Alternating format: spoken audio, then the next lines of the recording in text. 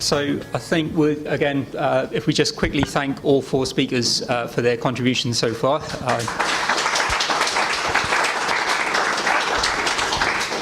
Same rules as before now. We've got 20 minutes or so for an open discussion of questions from the floor. When the microphone reaches you, if you just hold on until that point, say who you are, what organisation you're representing. I think Graham at the back had a question that he was looking to ask Brian, so I think we can start with that one and then move on from there. Hi. First of all, again, thank you from me to 4 excellent presentations. I think they were all inspiring in their own ways. I think my question, primarily, it was Brian's presentation that provoked my question, really, but I think it is a question that can be addressed to all of the speakers. In the light of what Brian presented, and he took us through a very interesting story, and I was dying for the answer, how much do people pay? And we got there, and it was an excellent way of telling the story, Brian. You left the best to last.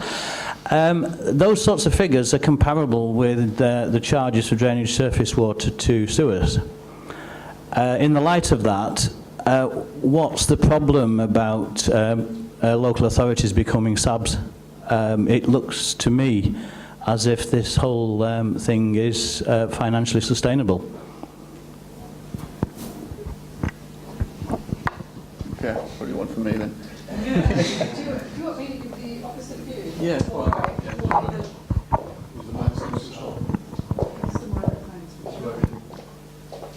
I think it says on. Yeah, there we go. I think basically we should all secede and become unitaries. Kent's a 2-tier authority. We have no ability to charge our residents. Our residents are charged through their council tax, which is done by the district and borough councils. And we thought it was a wonderful idea too. We wanted to go and do that. And we were going to talk to our district and boroughs and say, could you please charge residents for us on new development? And we started down a path of assessing how we could do that, because there is an example, empty house taxes, or empty house something or other. There is a precedent for it. There is a charge that they do levy through council tax for houses, second homes that are empty. So we were going along that path, and then DCLG said no, they didn't want to see any increases in council tax. So I think there's a question of whether it's seen as a tax or whether it's seen as a charge, which is on a residential lot. And there is the major barrier is for those areas of the country that are in 2-tier authorities, because we don't have an administrative collection system. We're actually relying upon our councils, either on our councils or us creating a whole administrative department to deal with that. And our little flood and water management team has enough difficulty dealing with our finance department without trying to create a new collection system. Can I just say that we've got one management company in the city, and the people who pay the charge annually, despite the fact they knew it before they bought their houses, and actually many are rented out, which has made it extra complicated, they all rail against that charge, and they get their councillors to moan and their MPs, and it's a big issue for us, especially as we go forward and we look at using more management companies. So huge issue.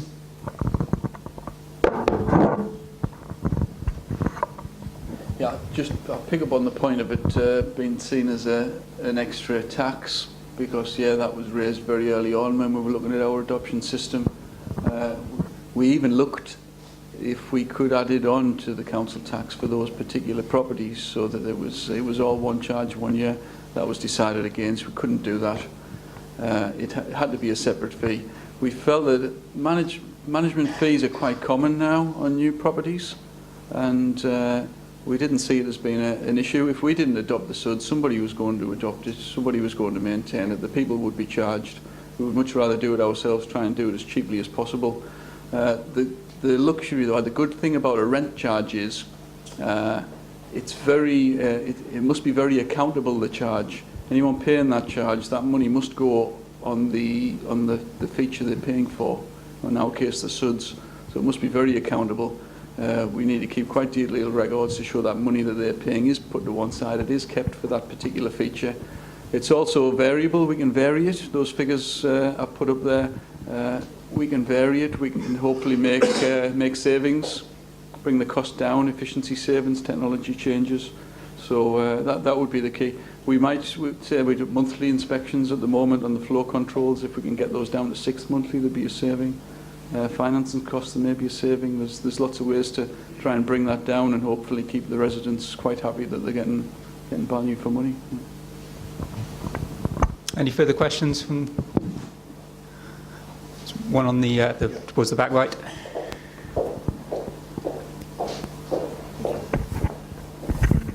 Pete Tamlin from Marshalls. Brian, the question I had was, do you find that the maintenance costs are sort of pro rata depending on the size of the scheme? So the example you had was 56 homes. Say you had a 10-home scheme with a sway or some sort of other feature. Is it similar costings? It is, yes, it is. If it's a similar feature, it's a similar cost. The size does have an effect, but double the size basin isn't double the cost to maintain. So it tends to be that the properties, if there was only 20 properties on a site, those kind of average annual charges would probably be twice as much because the features still needs the visits, it still needs the inspections. Things like that cost the same, but you're inspecting a small basin or a large one, it's still the same. The only real saving you've got is the grass cutting, which is quite a small part of the cost. Yeah. So value for money wise for residents, the bigger the estate, the less annual charge they would likely pay. If we were adopting maybe a site only just a major development, only 10 properties, it probably wouldn't look very good. That annual fee would be quite high for those 10 properties, even though the SuDS would probably be quite small. It's just the way it works out. It fits quite well with around the 50 to 100 plus kind of size. It seems to look better value for money. Okay. I think maybe just to start to move away from the pounds and pence, I know that's always important to everybody. I think there was, most of the presentations touched on the importance of communication within the local authorities, communication with other stakeholders. I was just wondering if anybody on the panel had any tips for the best ways that can work, any lessons learned for perhaps some of the other local authorities in the room or other organisations where something's been tried and it didn't perhaps work quite as successfully as you thought it might when you went for it. Shall I take this one? You're looking very perplexed. Yes, Mark. I mean, I think in my presentation, I mean, in fairness, that was quite rosy in terms of I suppose, the communication that we've got with some of the lead local flood authorities that we've worked with. And I think my presentation was very much focused on Kent itself and the relationship that we've actually got with Kent County Council. Obviously, it's a very, very large area that it covers, as Bronwyn showed from the map originally. And therefore, our relationship, as I said, it's about building up that relationship, is actually understanding how to communicate, what the best method of communication is. But what we do find, we also work nationally. And I think something that I consistently bang on about, and I'll try to get on my soapbox today, is really about consistency across the entire country. And although we do feel like we can pick the phone up to Kent and we almost understand and we can design very good schemes, that can be a very, very different situation across the country. And so sometimes we are screaming out for that consultation. Clearly, sometimes a site visit isn't always appropriate if we're at the other end of the country, but at least a good written response and maybe a good telephone conversation can sort out a lot of objections and reduce some of those responses down, from our perspective anyway. Picking up on the idea of the bad schemes, there's a slide I sometimes use that shows a balancing pond with railings all the way around and children playing on the road. And that is, in our city, it's very densely developed, and it's going to be every little bit of land that isn't developed is up for grabs as we speak with the local plan. Every single park, everything is up for grabs. Hopefully a lot of them will be ruled out. but we've got to make spaces multifunctional. And actually having some spaces that really fail can help, and can help convince people. We've got a housing site where the 2 open spaces have chasms or bomb craters, as you described them. And not only are they bomb craters, they're unsafe spaces, but they trap all the litter, and there's rats, and everybody knows they're a problem. And what the danger is what we need people to understand is that they are bad SuDS. We don't want people to say, that's a SuD, and we don't want it somewhere else. So you've got to tell people why that's bad and show them good alternatives. But it can be quite good to have those failing examples so that it sort of pinpoints what we really need from our developments. It's a bad day or a bad week to ask me that question, because I think our team is suffering from being stalked by a particular consultant in the county at the moment because he has particular pressure on a particular development and is causing us a lot of problems. But it highlights one actually real key issue, and that's about, I would say, transparency, honesty, and being upfront about things, because we're dealing with a person or a consultant who's not being clear about what's happening on site and what he's got in his proposal. So up until probably about 2 weeks ago, I would have said everyone's lovely and they do a perfect job.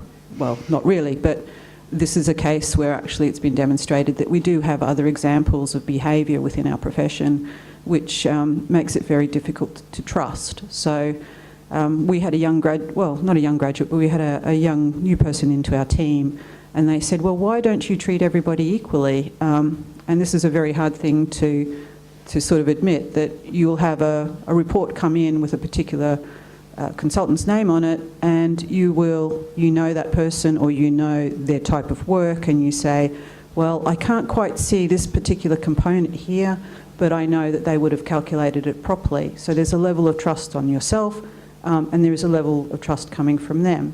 And then you can get somebody else's report and you go, there's no GI, he hasn't given me a map, he's misquoted the number, he's miscalculated the impermeable area, I'm having problems with this. And it might look almost the same report, and you turn around and you say, oh, I'm going to object to this, or I'm going to need to follow it up. So that's probably my key message that I've taken away from this last week, is that whenever there's a level of uncertainty about something, you need to be clear with all your partners, you need to be clear with the consultant you're dealing with, and you need to be explicit about what the problem is. Because if that goes in and it goes wrong, it could have flooded 10 people. In our area, we have the additional issue with soils issues. We have solution features, goal features. If things aren't built properly, we can have failure. And, you know, most of the time in water, people don't die necessarily, but it can be a hazard. So it's a big concern. Any further questions from the floor? If not, I'll continue. Oh, Simon, question from the table, if that's fine.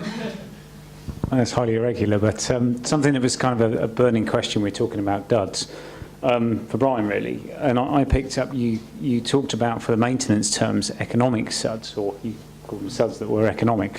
But in terms of thinking with a designer hat on, SuDs is in its relative infancy when we look at drainage systems. And it's almost taken not just engineers, landscape architects, and many creative people, really, to think outside the box to come up with these drainage features, which I would almost term progressive SuDs. But sometimes they might not fit the economic box. So when my worry is, and I want to know what your thoughts were, really, on almost forcing developers to go down a known route of economic SuDs because they know they'll get those adopted and maintained, wherewith maybe something slightly more progressive might be actually nicer for the environment or for the area, but it may cost a little bit more. I don't know what your thoughts were really on it. Yeah, I would agree. It's a difficult one. The only thing, the things we tend to stay clear of, we don't particularly like adopting open water. The County Council in Durham has quite a low kind of corporate appetite for creating new areas of open water because of some incidents we've had over recent years with open water. Ponds would therefore need to be quite shallow. Shallow ponds are higher maintenance because they overgrow very quickly, they silt up very quickly. So So I would, a shallow pond in a housing estate would be a lot of maintenance, and it would be a lot of cost on those properties, and we don't want to put something in that's going to be expensive to look after. We don't have a budget for these, so we must raise enough money to look after them. We certainly don't want to take something on that turns out to be a lot higher maintenance and then have to go back to those residents and adjust the fee. We wouldn't want to do that. It would be very bad for us as a council to try and do that, and it wouldn't be very nice for the residents here. So I think it's not a problem that would come up very often, because as you say, SuDS are generally fairly easy to look after themselves. It's just a little bit of grounds maintenance here, so hopefully it's not a problem that will come up. So, question down on the front left. I was almost there, going the other one for you. Yeah, it's Neil Clark, KCC. Sorry, Kent County Council. I was just wondering, whilst we've got you all around the table, what's your regards with regard to historic applications, mainly for the strategic sites?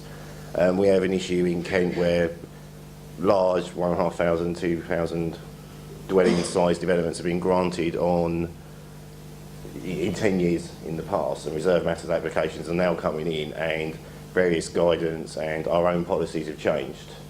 And we have quite conflicting discussions with the developers where they want to stick to what was approved 10 years ago, and we're insisting that it could be anything from the FEH method is used in calculations to, some people don't even want to use a 20%, 40% climate change.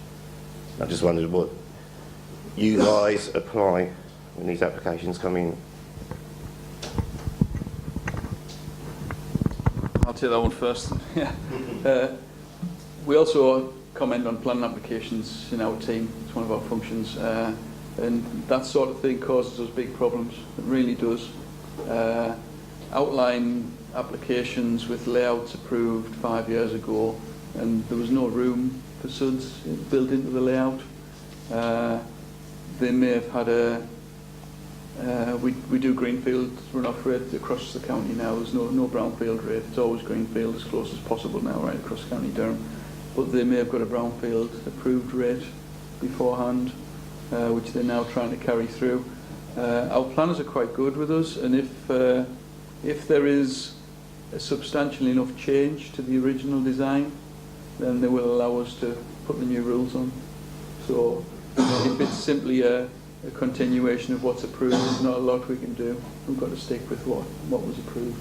But yeah, if they change the layout, change the design substantially enough, then yeah, we apply the new rates to them and then ask them to get that down to the modern standard and put the SuDS in.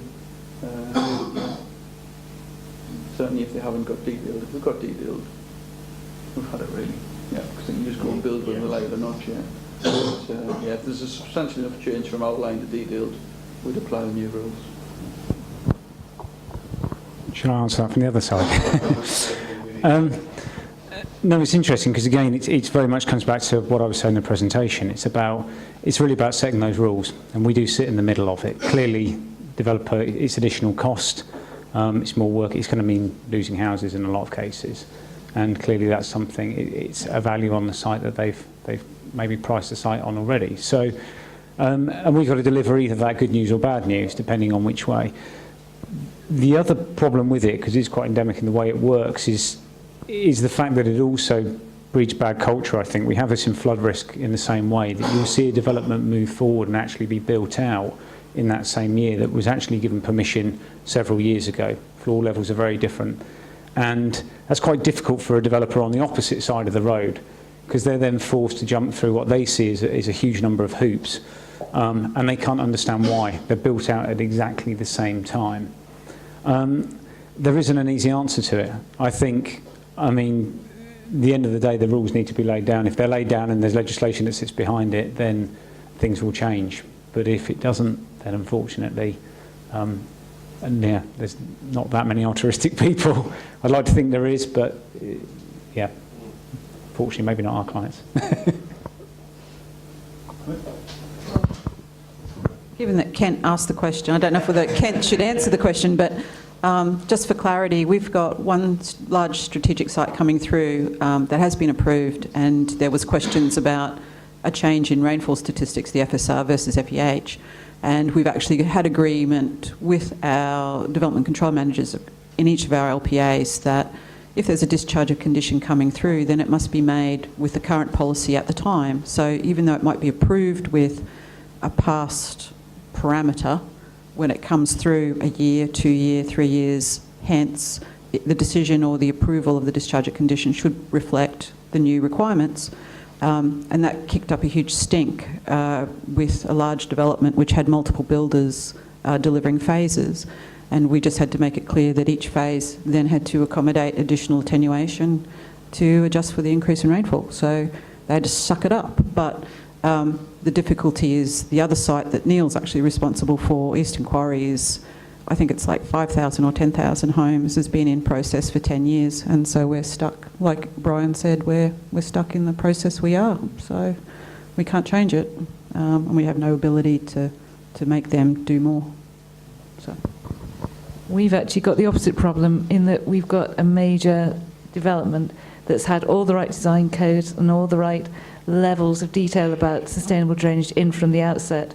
But it's so important that this is now developed in its phases. And with phase 1, there are only 2 volume house builders who came forward, and the lowest tenderer has been appalling. And politically, it's so important for those houses to go on the ground. So we've really had to be satisfied with just very poor quality SuDS. The second phase, hopefully, is going to go a lot better because there was more interest. Well, there were 4 tenderers, 4 contractors. But that's a different issue because then you've got the political factors. And if it's houses versus no houses, you're not going to get political support. So it was as simple as that. Just, it slightly deviates from the point, but I want to really end in probably a positive on that, is that, okay, there are examples where, you know, developers don't want to move forward or change a scheme, but I think the culture is changing now. And I think sometimes their hands are tied in terms of costs and finances and what they can do on a scheme. But the analogy I use at the moment is, or it's not an analogy, but it's something that we're seeing time and time again. It's really about education. And it is through things like these developer forums that developers are beginning to see SuDS in a different light. They're not seeing things like the maintenance cost. It was a grey area, and work like this, I think, Brian, will actually be welcomed. But it's all about, you know, educating the developers to demonstrate that this isn't something that's prohibitive.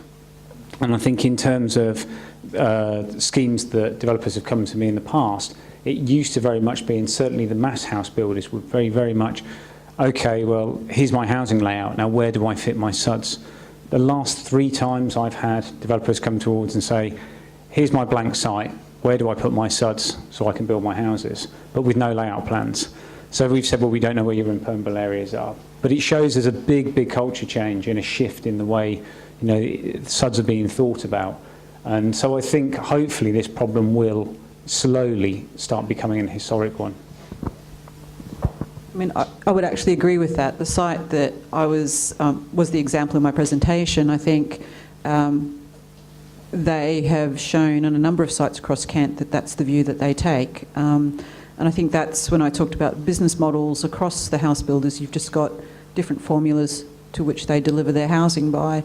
And there is a slew of them who actually see the value of open space because they recognise that it puts added value onto their properties. So they're much more interested in landscape integration and the presentation of the development itself. So, yeah, there are some really good examples out there of putting things first, I think. Okay. Just to move us from looking backwards to looking forwards, the government's 25-year environment plan and some of the other changes that are going on or that are coming soon, updates to SuDS for adoption, things like this. Do you feel that that's likely to have a positive impact on delivering more robust SuDS? Do you think that's going to be something that's going to upset the apple cart compared to the sort of way in which we've managed to get to a degree of stability in the approach that we've got at the moment?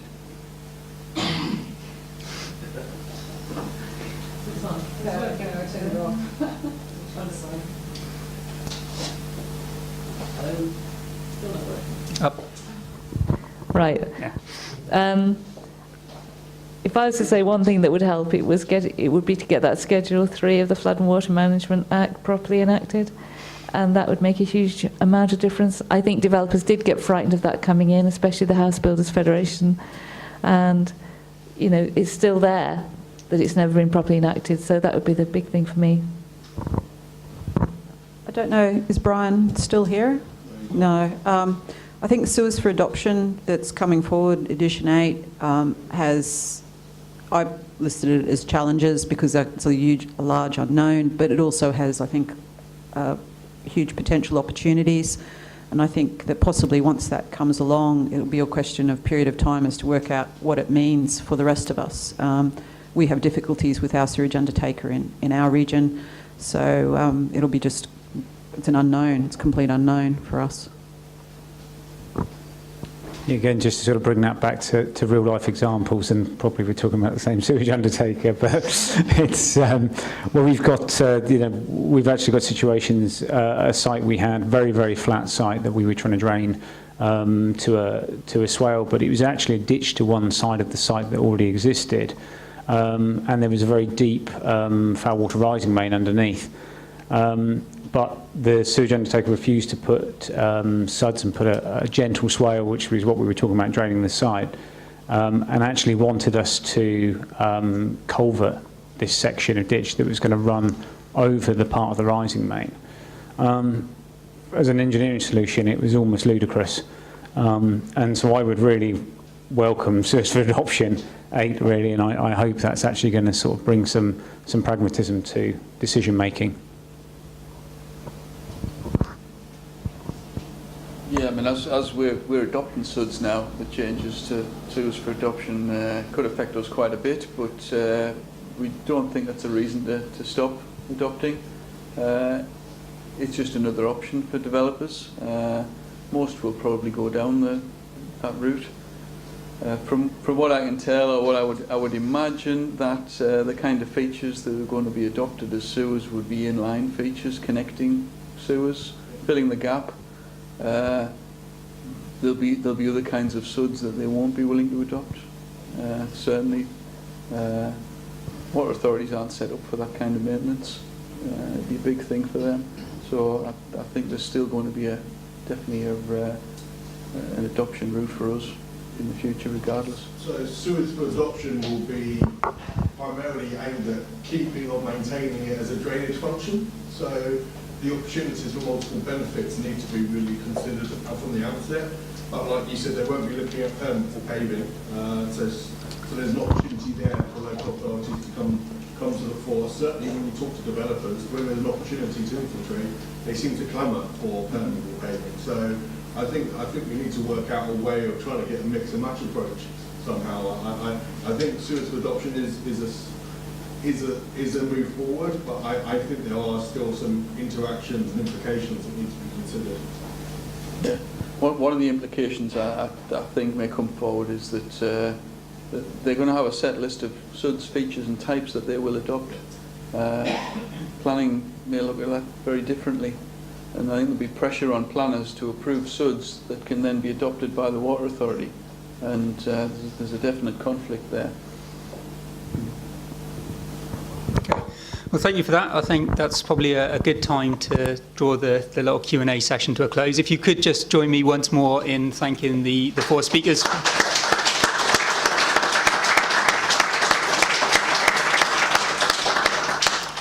Whilst we're on the topic of thanking people, if you could also lend your thanks to the partners and supporters of SuStrain.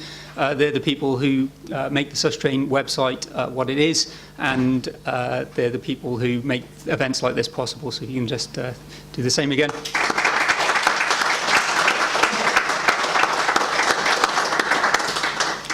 So for me, I think there was 4 excellent presentations, and I think it does show that in those 4 years since the ministerial statement, we have moved forward, we have made progress. I think it was a point in Simon's presentation where we've gone from a confusion and a lack of clarity to a much more well-defined situation where there's good quality guidance coming through, certainly from some of the authorities, not necessarily all of them across the country, but it helps to move those developments forwards. It helps to make sure that we get good quality SuDS through on those sites, and we don't see those duds reappearing quite so often as we used to. Syria, of course, have also got some excellent guidance linked through the SuStrain website, which they continue to produce, with construction guidance coming out just right at the end of last year. So building on the SuDS manual in terms of the design approach, look into actually practical tips for when we get to site and what we can do about that. And I think that helps us to move forward. And I've mentioned it already, but I think that communication element, and it came through for me in all four of the presentations. It's that early engagement, and it's that getting those people together, having those pre-application discussions, assigning some value to them so that all the people involved know that there's a purpose, taking the actions from them, so a minute in them, so that people know what's recorded and what's expected of the next steps. Making sure that everyone's just clear going forward right early on does make it so much simpler as you get to the end, and hopefully starts to cut down on some of those circular conversations where you get things going to the planners, back to the developers, and back to the planners, and up to the local authorities. So I think there's definite steps forward. They're positives to take out. I'm glad Schedule 3 was mentioned, living in Wales. I'm delighted to see the forthcoming adoption by the Welsh Assembly Government. I think it's a great opportunity, and hopefully if that is made a success, that side of the River Severn, then hopefully that will start to move across to this side of the River Severn as well. It is a little bit simpler there because it is all unitary authorities, so there isn't that two-tier stage to deal with. I'd like to thank you all, obviously, for your time, not just the people in the room, but hopefully there were some people tuning in on the Twitter feed and on YouTube as well. So interested to see how popular that was, see if we made it up there with people like Justin Bieber or something like that to get the stats right up. The videos, so the presentations have been recorded. They will be made available. They'll come out in around about a month's time, and they'll be posted up onto the SuStrain website and the YouTube feed associated with that. A couple of bits of work for everyone to do. You don't get away scot-free. So there will be a questionnaire coming out. So you will get a little email to ask you for your feedback just on the day today, the event. Obviously, that's of great value to the organisers because that helps them to build on these events as we go forward and improve them and make sure that they're actually still delivering on what you want. You've seen the cycling slides again going through. So just another quick reminder that the survey, the annual SuStrain survey, is still open, and it's open for another couple of weeks. So anybody who does use the website, please do go on, complete that survey, provide your feedback and provide your views, because again, that's about making sure that we can keep that website relevant to the people who are actually using it and make it as effective as we possibly can for you.